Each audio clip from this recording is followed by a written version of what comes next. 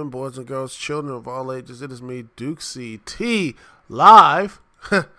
No Skype tonight because Skype is deciding to be an asshole.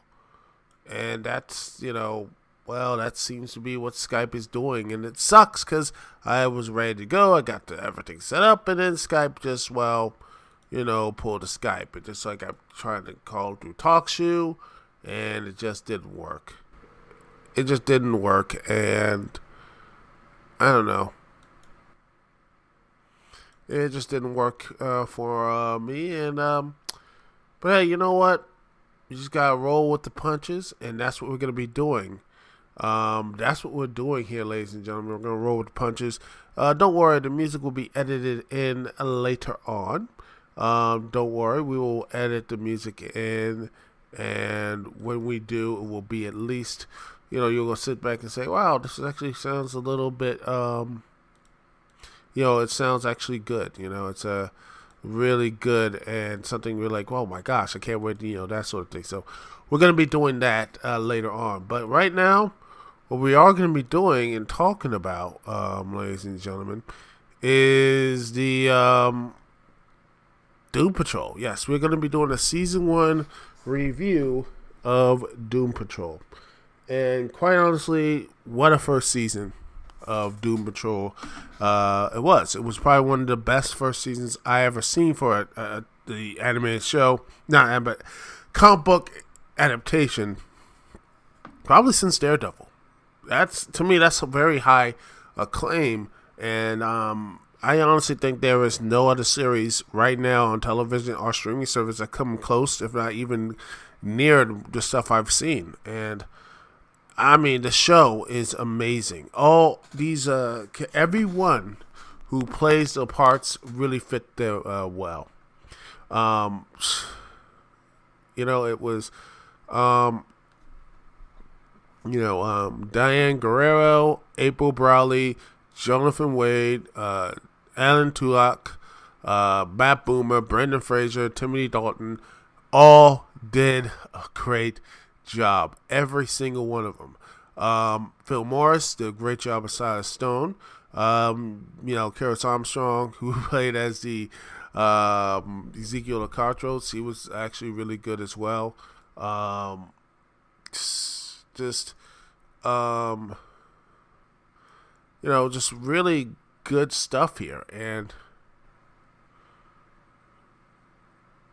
heck, he had like a guest. Ed Asner actually guest starred in the show. But yeah, it was each of these characters had really good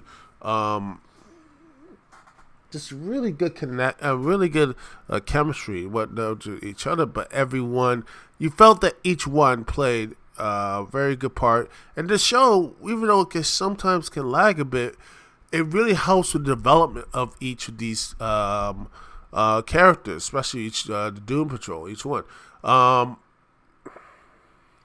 Cliff is, we had Cliff for the first episode. It was him basically getting over his accident and such. His horrible, terrible accident that pretty much killed him, but then basically is now in a robotic brain, 7 years later. And you have Dune, this whole thing of Dune, you have him and you meet up with these characters. You see Larry Trainer and Rita Farr, Last Woman and such. And, this was not the first time we saw these characters. The first time we saw these characters, excluding Jane and excluding Nas Carter, he was recast, unfortunately. They were in the Titans, and this was really, it's funny how the Titans really didn't really had a really just. It started to get good, but it just didn't really it just did not have a, a very satisfying ending, and just things just went out of order. I felt that was way too much. I think the whole thing with Titans was just a complete mess.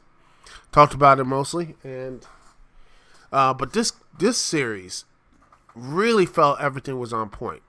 Everything, even when they, the couple episodes when they were talking about the cult and the decreator and such. Each one, and when they deviate, it was actually really good stuff about how how these characters handle these situations. You had Cliff and Jane in one part going to the lost city of Nuremberg. Then after that, you had then you had like Vic and Larry and such going to just defend, stopping the evil cult and such.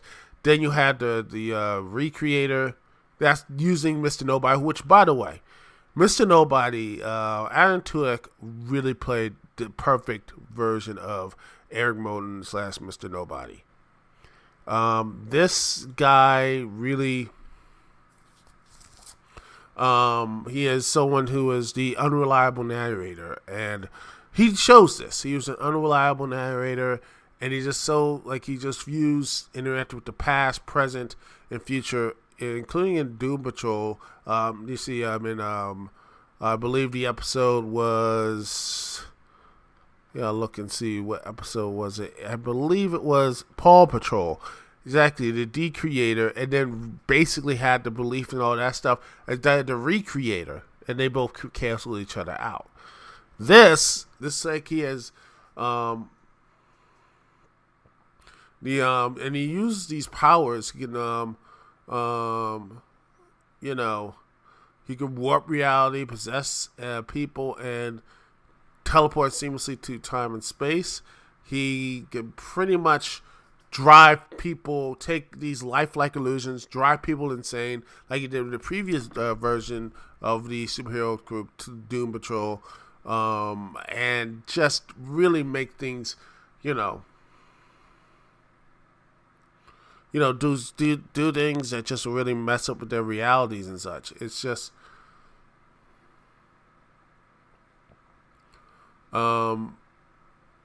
and not only that, he can come back and turn, and he can turn into this, turn into this his regular Eric Moden form. But yeah, he could do everything. To pretty much, he is basically so full of power. But the thing is that he has his own little weaknesses here, because he's, he was going to be a part of the Brotherhood of Evil, but he was replaced by the gorilla known as Monsieur Mula. And then, and such is, uses all these powers, these reliable warping powers, and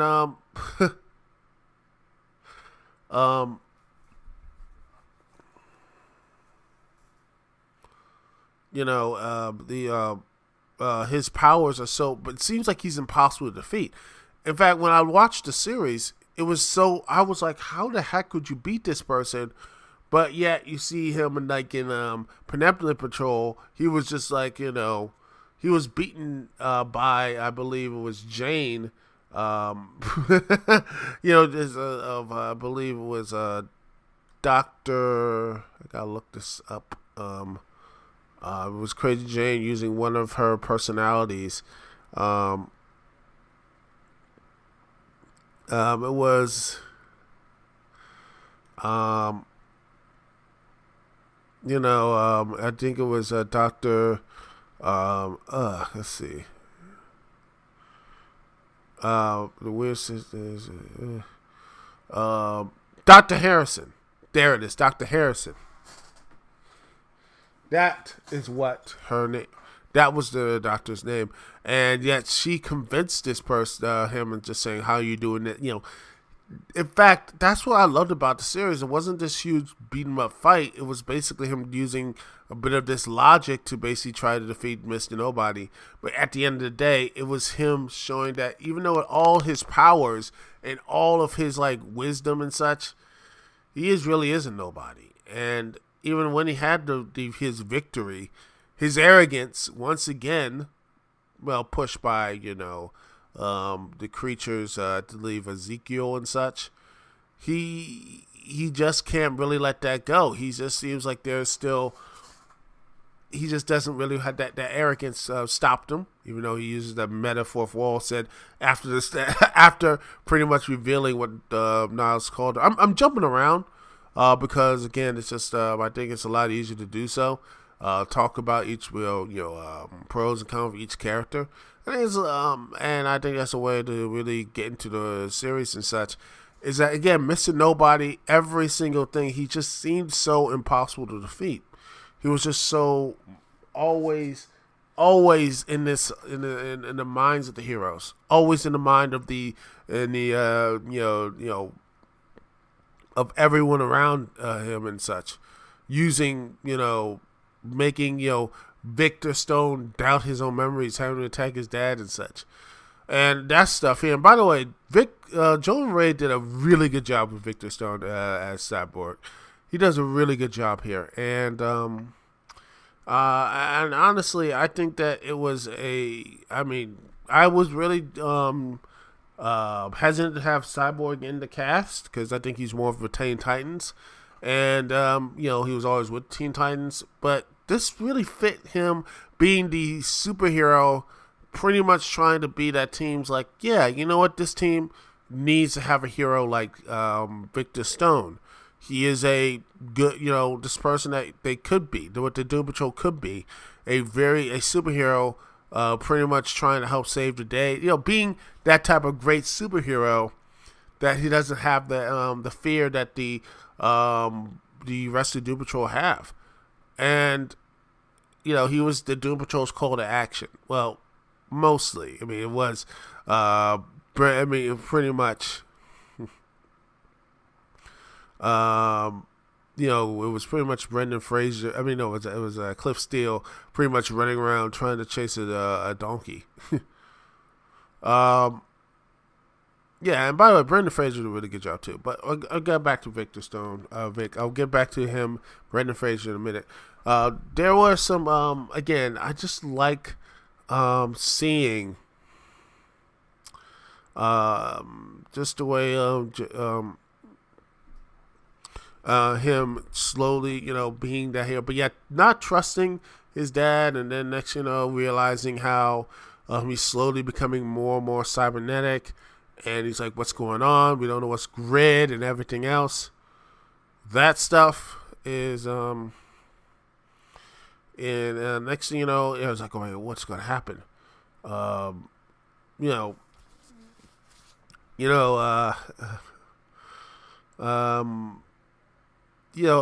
this other stuff that does lead to this whole situation. Heck, when you look at Cyber Patrol, him trying to not, heck, you look at Francis and Cyborg Patrol, and you really have that type of B part. It's like he's worried about cyber operating system Grid, who, funny enough, does become a villain against Cyborg, which I think that will probably be in season 2 if they really want to go there, but excuse me, I doubt they're going to do that.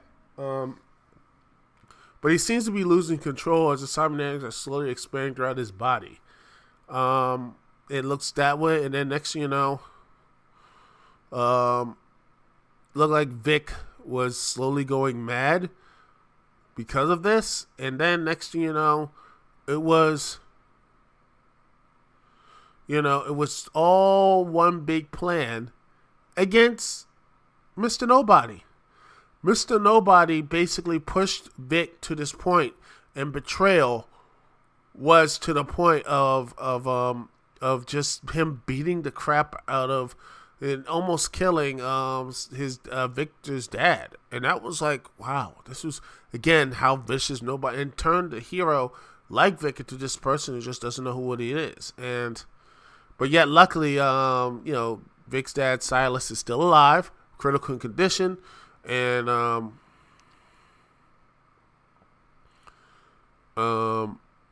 yet, luckily, Grid decides to reinstall him and such, and to finally go through that stuff, and yeah.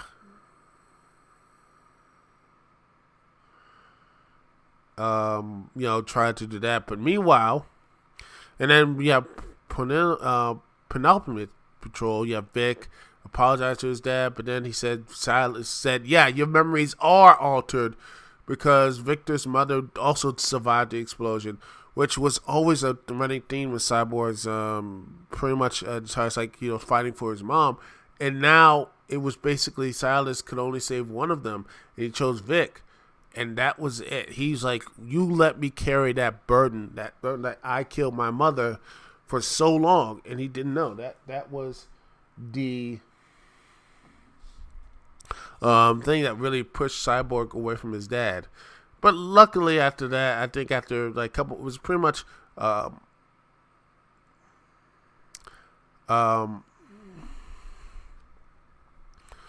yeah, it's been like 6 months. After the whole penultimate patrol, I think that him and Vic and Silas does try to reconvene. We don't see it, but it seems like it was there, and I think they do have that type of, hopefully, a reconnection, somewhat of a reconnection. And hopefully they both try to reconnect, because in the comics, they don't really have a really happy ending, Silas and Victor. They don't really have a happy ending. And I hope in the show that they continue to talk and to connect. I want them to connect because it'd be nice seeing a black dad and a black son connect and such, and try to be, instead of being, the dad has to be antagonist and such. It'd be nice to see that, let him actually be, they both connect to each other and say, that's really nice seeing a father and son connect with each other, and they bond and become a stronger unit. That is something that would be really cool. But that's just me. Who knows what season 2 will hold and such. Next, honestly, as well, let's look at Cliff. Cliff, played by both Riley Shanahan. He physically played the Robot Man, and Brendan Fraser, who voiced the character, and he was a part of it. I think you saw him a couple times, Brendan Fraser, who in the flashbacks of Cliff Steele, and not only that, but also in Cult Control, you saw Cliff, turn back, and then you see just more flashbacks and everything else that really and honestly, Cliff is pretty much one of the few, Cliff does really Brendan Fraser really does a great job with Cliff. He the heart of the character is really the heart of the team, actually, and like the physical stuff, because we don't see. And the thing I love about the show is that they don't really go much into the superpower stuff. They do have some of it. I think in Paw Patrol, Puppet Patrol, you had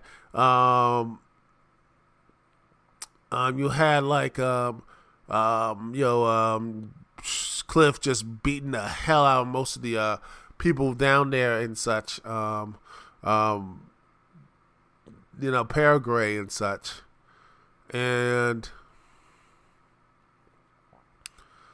you have Von Fuchs, who made the entire, who turned Merrick Morton into Mr. Toadbody. But funny enough, it was Niles Calder who was present during that time. And but I honestly think Von Fuchs is dead, only killed by James. I think someone like him, who has all those type of machines and such, I wouldn't be surprised that he is still around somewhere. Maybe he might be the new brother of an evil brain. Who knows? But yeah.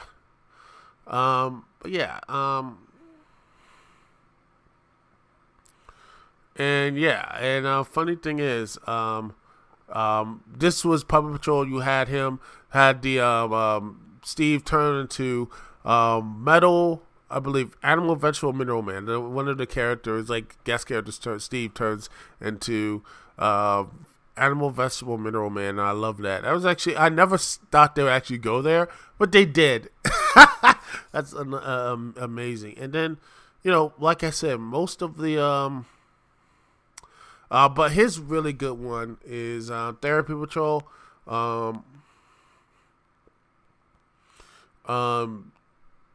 Cliff control. Yeah, just Cliff was going off, and they all sat down and talked. And here's the funny thing is, Cliff had all this. He was acting really odd and weird throughout the entire show, entire episode. But it turns out that it was Cliff's breakdown was caused by Admiral Riskers, a rat conceived by Mr. Nobody, seeks revenge against the team who caused his mom's death. And then he went inside Cliff's robot body and did all this type of weird stuff to him. And that was, he said things that didn't mean for stuff, and it was like, wow. I mean, that was like another thing that showed Mr. Nobody. It was just really for, we're going to make sure this stuff happens. But yet, in the end, I think that helped. That actually helped with that type of stuff. With Jane, and Jane revealing the picture to everyone about what would happen if Victor Stone, Cyborg turning against everybody, which kind of happens, but not really. And I have to say also, another thing, shout out to Danny the Street. That was actually really good. I never thought a gender queer teleporting street would actually have this much personality, but they did.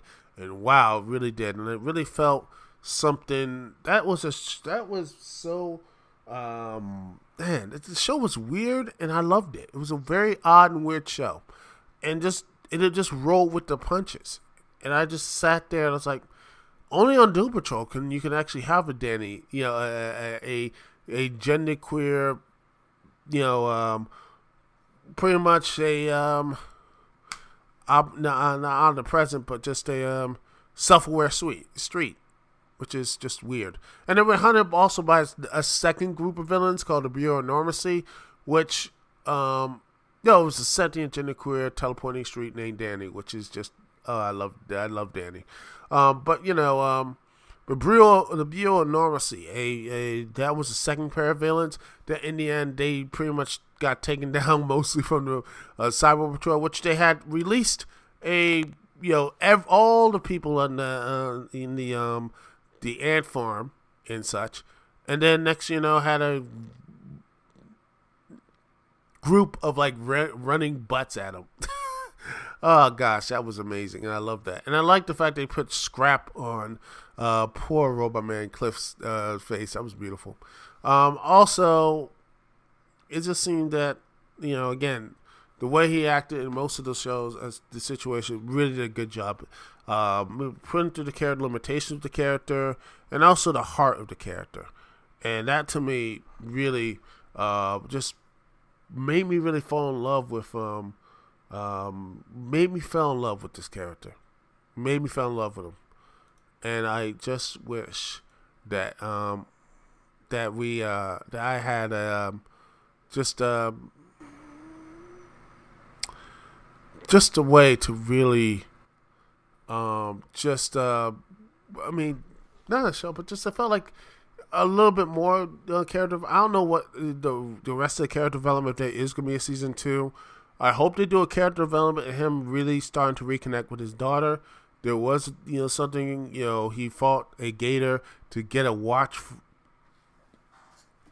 for his daughter after one of his running buddies who was his wife was cheating on him, raised his kid and such, which, that took a lot of responsibility. And hopefully they do try to reconnect the daughters. Reconnect in season 2. That would be something really good. Another part of reconnection is, I think, Larry Trainer, Negative Man, who really just Matt Booner does a really good job. Matthew Zuck both did a really good job performing him. You can just tell by his actions and how his word, how Master Duck and two performing, Riley Shanahan basically physically playing Robot Man and Master Zuck portraying him as well. Those two really did a good job portraying, both Cliff Steele and Larry Trainer. Just the way of their mannerisms and the way they, they fit the voice with the characters and the way they're acting. That was really good stuff. And think about reconnection. Larry Trainer, who had difficulties. This was again during that time, and again in the 1950s, in the early 1960s, him trying to come out of the closet. He had a wife and two kids. And he really tried, and he was basically, on the down low with another, friend in John, and that was the, and I think honestly that was, again, he didn't know what to was, I don't think he really he felt like, this is, he felt like he was ashamed about that part of him. And, he just, not only in the Air Force, but society as well. And then after the entire stuff, throughout the series of him trying to reconnect, not only that, but Negative Man, the negative part of him, the alien inside of him, who was telling him that he's torturing himself. And that's what he's been doing.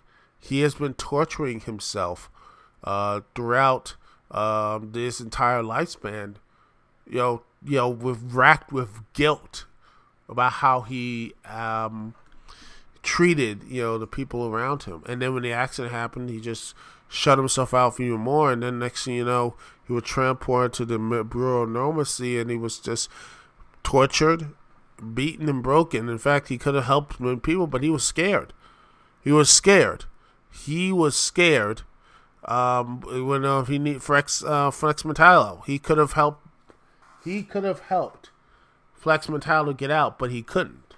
He was so scared, so frightened. They just let that stuff happen to him. He let stuff happen to anything else. He just didn't. He was so scared, and now with that, he's like, you know what? I think he's accepting who he is, and I loved that part right there in I believe Francis and such portrayal him basically confronting him and meeting him in his old self, saying that, you know what, I finally accepted who I am, and I love you. And he didn't mind or care. And he's just like, you know what, thank you. And I think they both he reconciled with him, and he moved on.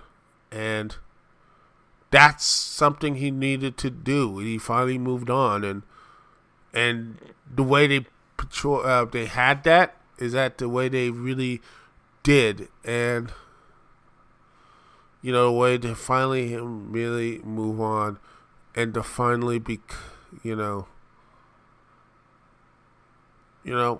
that really is very. I just love the fact that type of closure and such, and I don't know what they can do with him afterwards. I mean, he's gone past his most horrible trauma, him and Negative Man and such.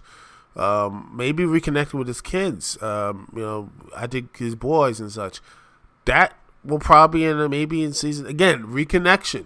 Maybe that's going to be the season 2 theme if they are going to do it, reconnection. I hope they actually can do something like that in the future. Another person that probably needs, what about Jane? We can talk about her.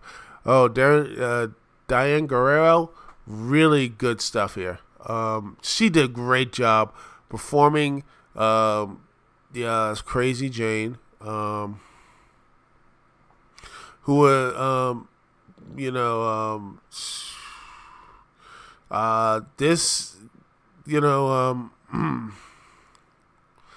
This character could have been really, really terrible. This could have been like a really terrible, if they actually did the like they didn't do their deal. Didn't just could have been really offensive about 64 different personalities, each one having a superpower, but also having that type of dissociative identity disorder. Um, it's just that type of that character and such. But yeah, it's that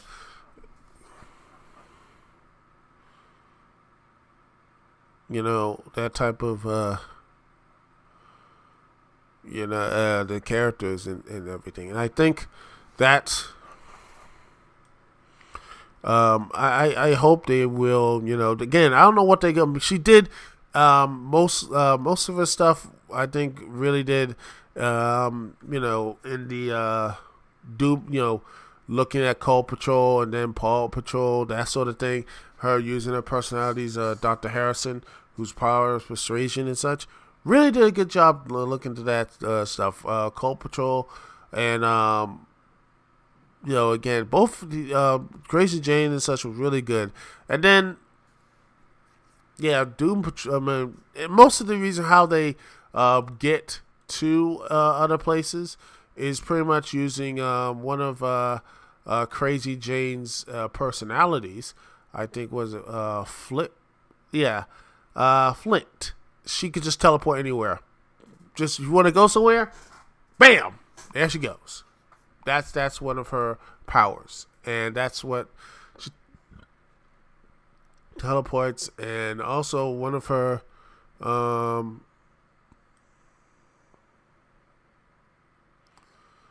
there is others.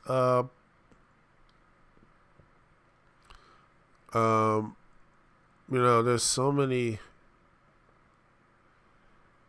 Other personalities and such. Karen, she was there. She cast love spells, and she just manipulates people as well. And that was a part of Danny Patrol. She had that type of stuff.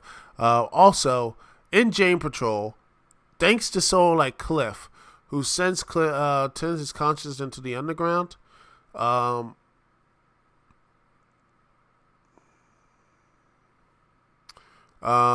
Cliff and Jane,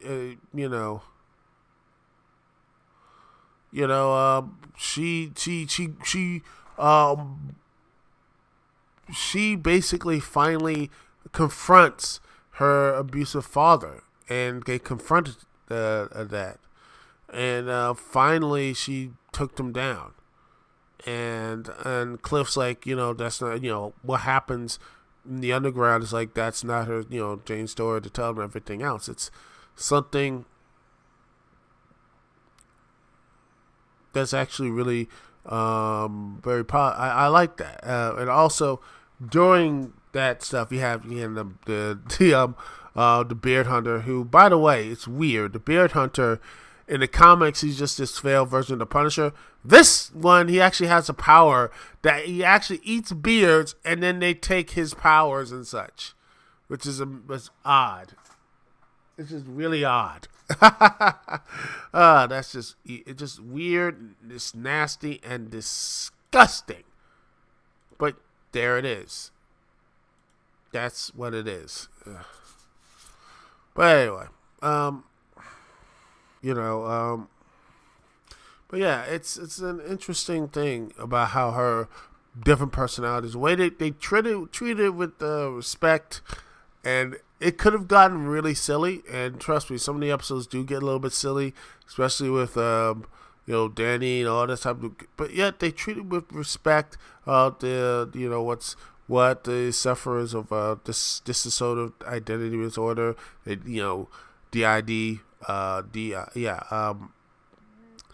it is, they treated it with respect, and they did not try to push anyone's buttons there. I really like that. It's really good, and the way she portrayed Diane Guerrero did a really great job here. And also near the end, she pretty much take this this away as serum that the Alders made, pretty much wanting to knock out, the powers and beat down metahumans. She started to take that, and I wonder, is that going to be, is her powers going to be gone forever? But they said it's not, her powers are not really gone. It's just, he looks like it's not really gone. It's just, I think he's just, but yeah,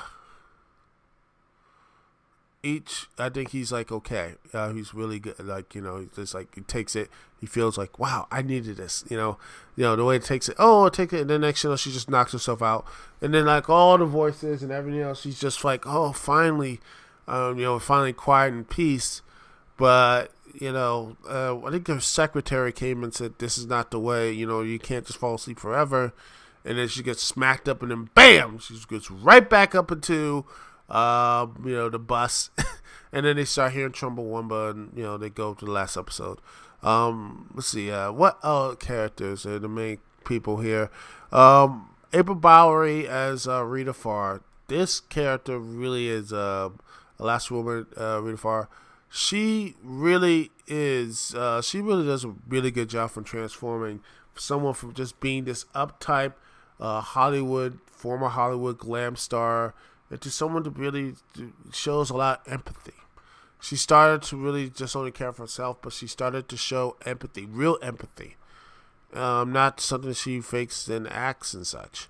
One of her really basically heart-wrenching parts is her trying to save, I believe, Elliot from, I think, Coal Patrol. He tries to, he tries to, he was like, part of this cult when he didn't unknowingly was part of this cult. And that's really is, it shows that, she starts to care, and then bam, Elliot was, the creator, but yet he's like, you're not going back. She's like, really feels broken up about that, but she continues to grow on. And she also starts to, in the next Doom Patrol episode, Doom Patrol, she talks about her former love interest, Steve Dayton, Mento, a millionaire with psychic powers and such, and back in the 50s. And then actually I'll have Niles Calder talk. I think this is right after the incident of her turning, into Elastigirl and such. And heck, this is from her being, when she's stressed out, she turns into this blob to someone who actually grows and says, okay, she emotionally finally becomes that strength that she has. And what happens to, you see Doom Patrol. Yeah, in the end, you have seeing her, help Mento at the end of the day. Really says that she's trying to be as strong. She's like, she's strong as him. And at the end of the day, you had, Mento put the helmet back on. After that was causing all the insanity. And after they remind people of Mr. Nobody, it was Mento was finally, I think she's like, I have to start becoming stronger here. And in Therapy Control, she had, she finally admits that she's not really need to be. She feels terrible. She feels like, the lowest on the low. Like she doesn't really know who she really is.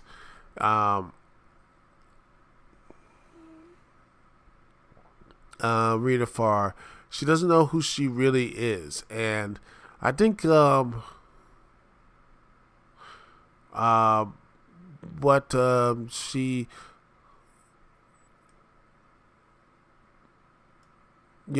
she just started to be like, okay, I think she has like her real name. I forgot her real name, but she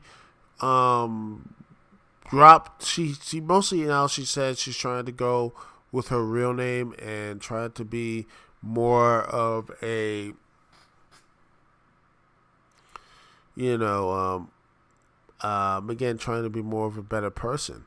And she says that when she was in penultimate control, and when Mr. Nobody says, "Oh, I can do that.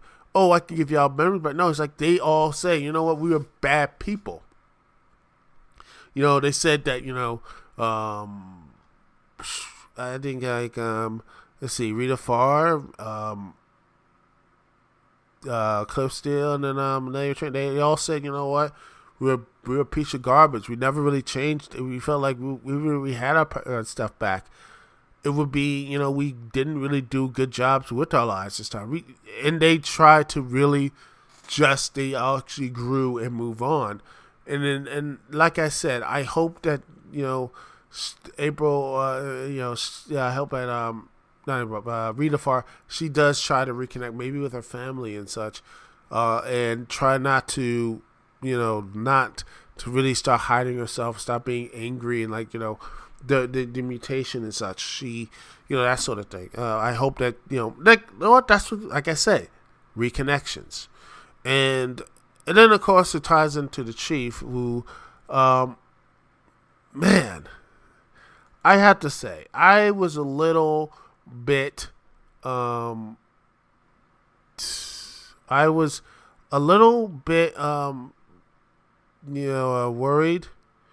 about,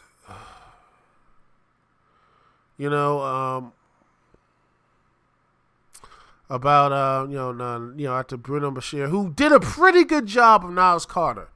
He did a really good job as Niles Carter. I was like, oh man, they replaced him with Timmy Dalton. I don't know if it was going to be really good, but he was really good. When he was there, Timothy Dalton was really good as Niles Carter in chief, and you believed he was the this person who was intelligent, but also has been around the block for a long time. I mean, the dude has been around since he's 73. But yeah, he doesn't really he looks like he's in 60s, but maybe that's just me. But yeah, he really had a good job, and he just really did great. And by the way, I like the fact that Dalton A is not listed in the main cast, but credited as a special appearance. I don't know why.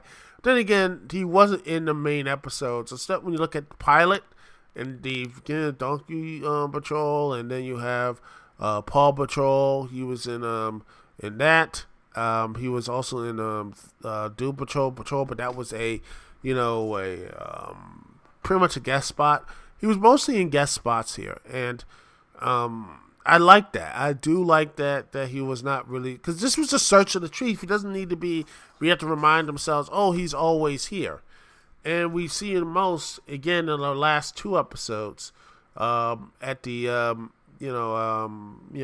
when they went to the white space, and then you had the Ezekiel Patrol and that sort of thing. We see him most there. And honestly, thinking of that, I don't know about you, but I felt like the entire show, it felt like, oh my gosh, it was a different type of universe than the Titans one. It's night and day. I mean, are you sure that this is about the Titans? I mean, holy crap.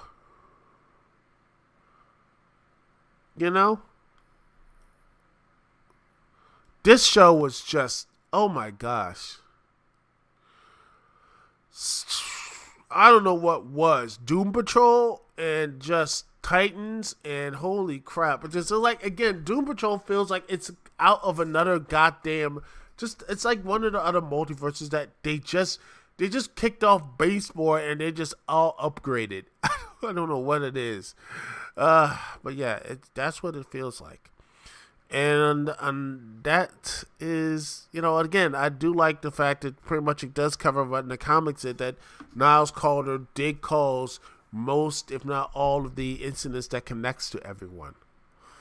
And that's what it is. And that's what it, sadly, it's just, It's actually a mix of both, because in the comics that reason why that he was a brilliant inventor and engineer, and the brilliant he was received funding from a mysterious benefactor, and that man was General Immortus, who is they actually called this the Immortus program. It's interesting that they never really do hopefully they bring him into the series. Season 2, Brotherhood of Evil, I keep saying Brotherhood of Evil should be a season 2. I think it would be really nice. But yeah, Niles Calder pretty much is again, he's a really manipulative. He seems good, but yeah, he's very manipulative, very and such. And in the comics, he does basically say that he is in the comic. Grant Morrison's running Doom Patrol. No joke. He says Calder is discovered working on a nanotechnology bomb that will destroy half the world and replace it with humans transformed into freaks of nature. His theory being that from destruction will rise a better human race. He actually murdered the original type Joshua, who was in the series, who was basically his partner, and unwilling but yet innocent partner, Joshua Quay, who was, I believe, Tempest. He is the hero Tempest. He has Kinetic, Energy Blast, and Flight. We didn't see that. Hopefully they'll do something more with him next year, season 2. But yeah, I think that could be something maybe in the future. Hopefully he won't be too into the villain and such, but who knows. But yeah, I think he did a really good job, and everything, the weirdness and all the stuff that happened in the season, I mean, the giant roach, the rat, and all the stuff, I'm like, it just feels like only this show could do something like this. And I know the CGI wasn't as big or great as some things, but I allow it because the story was still engrossing. The characters were engrossing. Everyone was engrossing, and I really love each of the characters, each one of these people having that connection, each one having that type of way of really building up. Unlike the Titans, when I felt some good stuff in the characters, but it just felt wasted with the dark blue tint, the edge of the edginess, and that finale. Oh, that finale. Oof, I'm sorry. That finale just killed any hope of actually doing anything good with that show. Hopefully in season 2, they'll dump that stuff off and make something good with the Titans, and make something positive, make something good, and less Starfire looking like something right out of GTA 5. Grand Theft Auto 4 or 5 or whatever, which one of the series. But anyway, that's my personal thing. Overall, I highly recommend Doom Patrol. Get DC Universe just for it. If you can't get it, watch it on Netflix when it gets out on Netflix. Binge watch it. Don't binge watch it. Do all the stuff. It's great. I highly recommend this. It's something that you will not regret getting. And with Swamp Thing coming out this week, this weekend on Friday, this looked like to be another hit. DC Universe is slowly but surely getting these hits in in the corners. And after Swamp Thing, maybe Team 2 or Titans won't be terrible. And then we also got other stuff, and Harley Quinn, and let's see what else. Let's see, DC Universe stuff is. Let's see what other shows are gonna have. Let's see, Stargirl. Hopefully that looks good as well. And supposedly Metropolis is going to be there as well. That's going to be something really good as well. So who knows what's going to be the stuff here. Maybe they'll start doing some binge-worthy stuff on DC Universe. Who knows? But yeah, I really enjoyed this. And yeah, that was a fun little review. And I highly recommend DC Universe and Doom Patrol.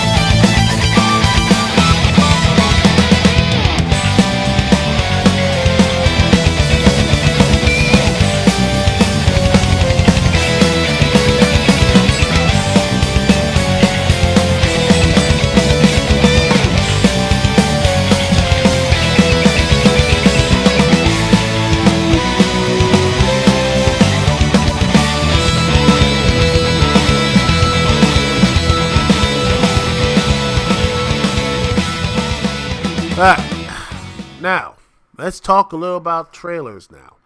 Yes. Well, let's see. We're going to combine both trailers and because they're both weird and odd, but yet I think they could be very interesting. First trailer up, Death Stranding. Holy crap. What a very interesting trailer. We saw some gameplay and, man, I still look at the story. I don't know what to do. The main character, Norman Reedus, is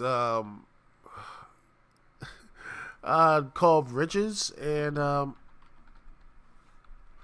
I don't know what to show. I mean, they showed some really good stuff, and it's going to be on supposedly on in November 8th, which is okay.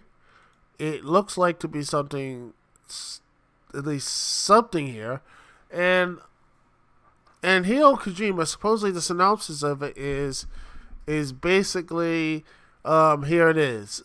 People have created walls and become accustomed to living in isolation.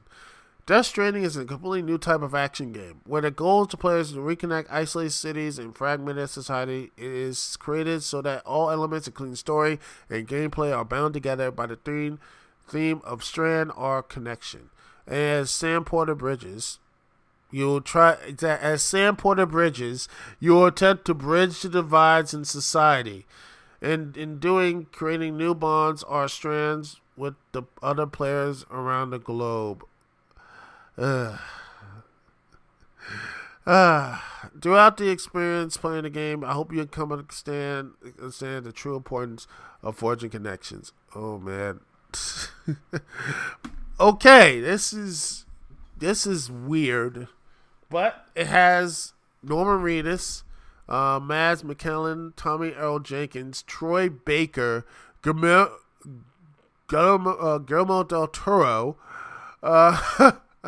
Oh gosh, this is what in the world what this game is going to be. This game looks to be just insane, and I can't wait to see the PS4 stuff here. I don't know if I'm going to get this or not. If I have a PS4, I don't know if I might get it or not because it looks weird. It still looks weird and crazy, but I mean, it is interesting. And Kojima, when he gets to play in his boxes and such, maybe he'll do something better. But I just don't, again, I've been burned many times with the stories and such with with the Metal Gear Solid stuff, which I like the Metal Gear Solid series, but man, when it gets to the story, it just goes on and on and on and on and on and on to the point you're just like, dude, okay, we get it. And this seems to be more of the same, but I hope it works out for him. I hope this thing works. I hope it performs better, and hopefully the gameplay is actually really good. Not just good, but also something that really can connect with people and it may bridge the connections and such. Because, yeah. I hope it does. Because without this star power, because this reminds me of like those, those games back in the day, or them DOS, just, the full motion video games and such. Maybe this is just the high end action version of that, because man, there's a lot of star power here, and here's hoping it actually just decent. I hope it's actually good. But this game, with all these people here, you got Guillermo del Toro, you got Norman Reedus, you got Margaret Qualley, you got all these big stars, huge stars. Let's see,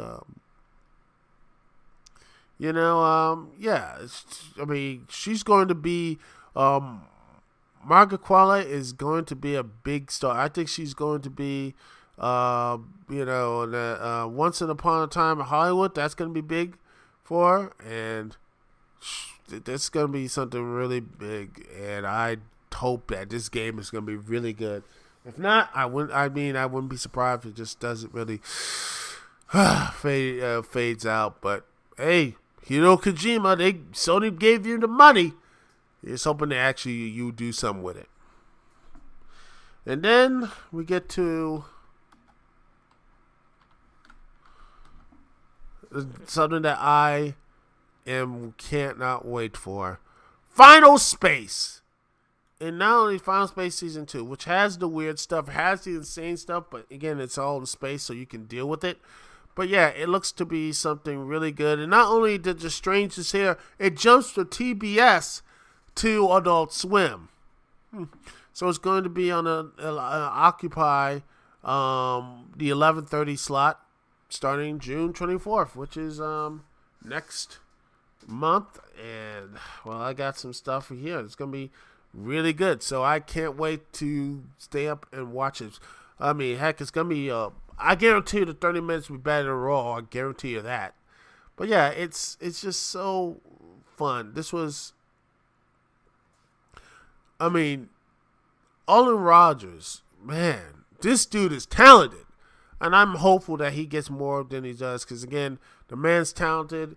He's one of the rare YouTubers that hasn't screwed things up yet. So that alone gives him a round of applause. But, yeah, this dude, and now he comes in with a story that was heartbreaking, laughter, and all the stuff in between. It was comedy, but heart-wrenching. This show, Final Space, man, it got you in the laughter and then just rips your heart out. Really good stuff. And just basically one of the best. I always sing the praises of this show. And, you know, it just feel like it was really good. It was, you know, Gary, you know, again, the people who actually made that, you know, Gary, the main character, seems like he's going to grow a bit. He's going to do a little bit more crazier stuff, and I can't wait to see more of it. And each one, Little Kato's going to be there, all the stuff here, and maybe Quinn will come back. I can't wait to see this. I can't wait. And not only that, but it's all going to be, also, it's going to be on USA streaming and binging of season 1 on Verb. The USA streaming and binging is going to be on Verb. So the season 1, if you have Verb, go get it. And outside the United States, this year it will be on Netflix International, on iTunes, Amazon, and all that type of stuff. So in the United States, you can watch this on Verb, and you know, damn, Verb is sneakily getting all this good stuff, man. I might have to get that joint. Look at another service on top of DC Universe and on top of WWE Network. And now I'll probably get one when the AEW springs up, one streaming service or whatever, or Disney Plus. So yeah, that's gonna be fun. Oh, very fun. Oh gosh, I'm gonna be broke. The streaming wars, ladies and gentlemen. But yeah, this thing is just going to be oh gosh, I can't wait for it. This is gonna be this is gonna be something really fun, and I can't wait to sit here and actually to actually watch it. This series is great, and I highly recommend the season 1. I might do a season 1 review. I might do that. I might binge season 1 and just watch and do a review on Last Few Standing, or just do that on here. Well, it's June 24th for the second season, but I need to hurry up and do that stuff. So I got to finish up my season premiere and then go with all the other stuff too. So I got a lot of things to cover. So I got to keep going. I got to keep that grind. And thank you so much for listening to me. And yeah, that's pretty much it, boys and girls. Skype's down, but we still kept it grinding because that's how we do things here on the Dukect Lounge. Thanks so much for listening. Thank you so much for watching. Thank you so much for doing this. By the way, the YouTube stuff will be up soon. If you can't, youtube.com/Dukect, also on BitChute.com/Dukect, and also you will find me on Freaking Awesome Network and also on the ManicExpression.com. You can find me there and also on iTunes. Let's take a listen. And hopefully this podcast is this is going to be the best podcast you listen to every Wednesday. It's live. It's in your face. And I got other stuff to do. And I got some stuff to get going here. Thanks so much for listening here. It's Dukect here. Peace and love. I will see y'all when I see y'all later.